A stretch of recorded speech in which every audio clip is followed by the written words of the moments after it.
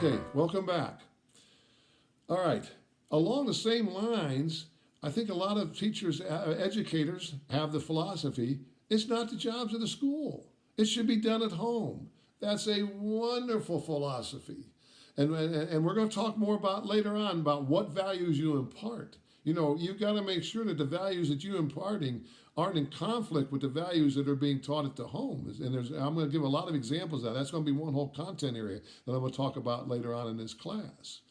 But I think that we can all agree there's certain basic principles of character that should be taught everywhere. You know, honesty, trustworthiness, working hard, loyalty. I think those are all things that most everyone can agree upon.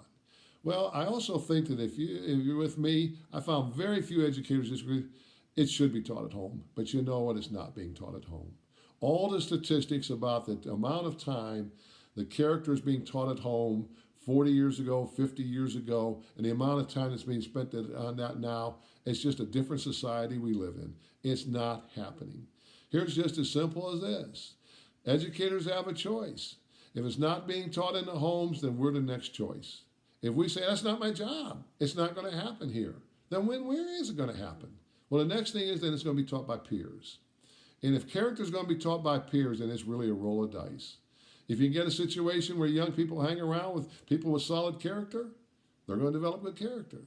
If you get a situation where they can hang around with people that have bad character, they're going to develop bad character.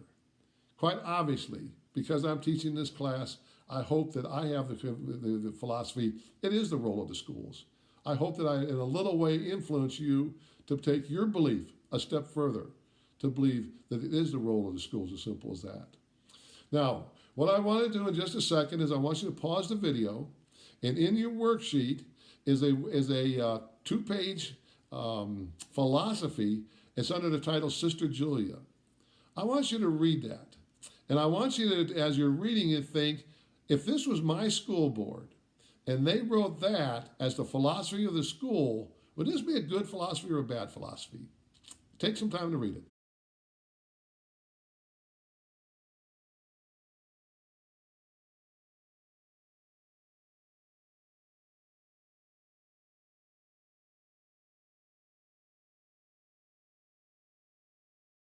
Okay, welcome back.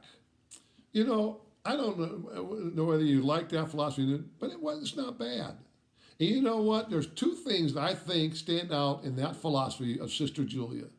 And the two things are this: make students smarter, make students better people. Two very basic philosophies. You read through all those things jump out on you. That's not a bad philosophy. Make them smarter, make them better. Simple as that. Well, here's the thing. That philosophy that was written by Sister Julia was written in the 1400s. Now, I know that philosophy very well because it is part of the philosophy of where I taught for a while, Chaminade Julienne High School, which is a religious school, but that doesn't matter. Make them smarter, make them better people. That should be the philosophy of education. It's not new. We're not reinventing the wheel. It goes back to not only the 1400s, but before that. What we got to constantly do, though, is constantly reconnect and realize that is the purpose of schools. Make them smarter, make them better people. You know, I agree with Dr. King. Dr. King was a tremendous believer in character education. And I also believe, not to politicize, if Dr. King wasn't taken from us, this would be a different country today in many, many ways. But one of the things that Dr. King says is, I dream of the day the character will be, that my children will go to a school where they are judged upon the content of their character rather than the content of their academic material.